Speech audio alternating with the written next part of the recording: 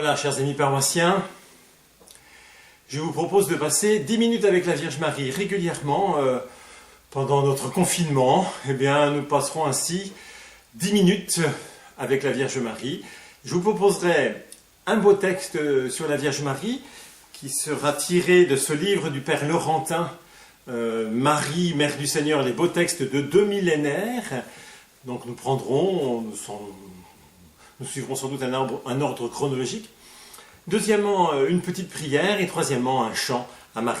Et le premier texte que je voudrais vous lire, il est de saint Athanase d'Alexandrie, qui était donc évêque d'Alexandrie, patriarche d'Alexandrie, au IVe siècle, 295-373. Et voici le portrait qu'il nous trace de Marie. C'est un portrait qu'il nous brosse de Marie pendant sa jeunesse. La tradition dit qu'elle a passé sa jeunesse à Jérusalem. Ceux qui sont allés en pèlerinage à Jérusalem ont sans doute été visiter l'église Sainte-Anne. Eh bien, une des maisons possibles maternelles de la Vierge Marie, c'est dans la même rue que l'église Sainte-Anne à Jérusalem, dans le quartier du Temple. Et voilà ce que saint Athanase dit de la Vierge.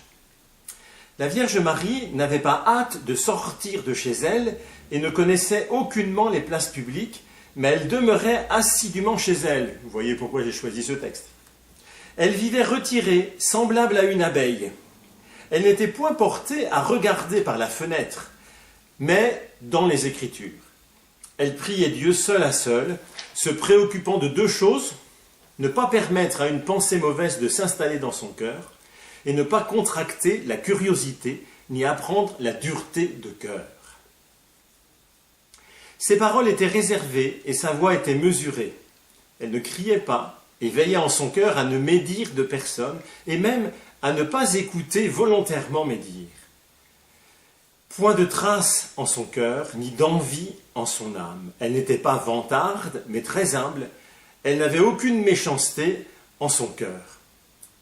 Lorsqu'elle se levait le matin, elle mobilisait ses forces pour que ses œuvres dépassent en créativité celles de la veille. Ça peut être un bon conseil pour nous.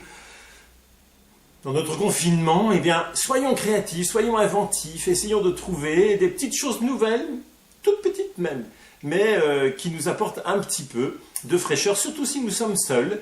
Eh bien, voilà, sortir dans le jardin, pourquoi pas regarder les étoiles, voilà. Écoutez la messe à 10h chaque matin sur Radio Fidélité, etc., etc. Je continue. Elle n'avait point d'appréhension de la mort. Au contraire, elle s'affligeait et soupirait. Quand enfin pourrait-elle franchir les portes des cieux?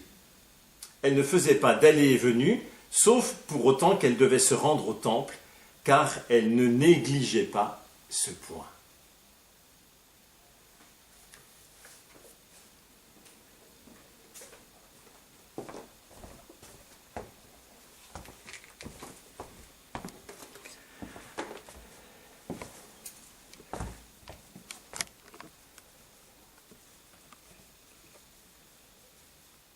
Et voici maintenant sans doute ce qui est la plus vieille prière à la Vierge Marie, qu'on appelle le Sub Tuum Praesidium.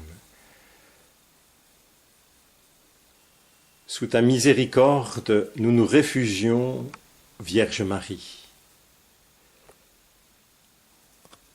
Ne méprise pas nos prières quand nous sommes dans l'épreuve, mais de tous les dangers, délivre-nous toujours. Vierge glorieuse, Vierge bienheureuse.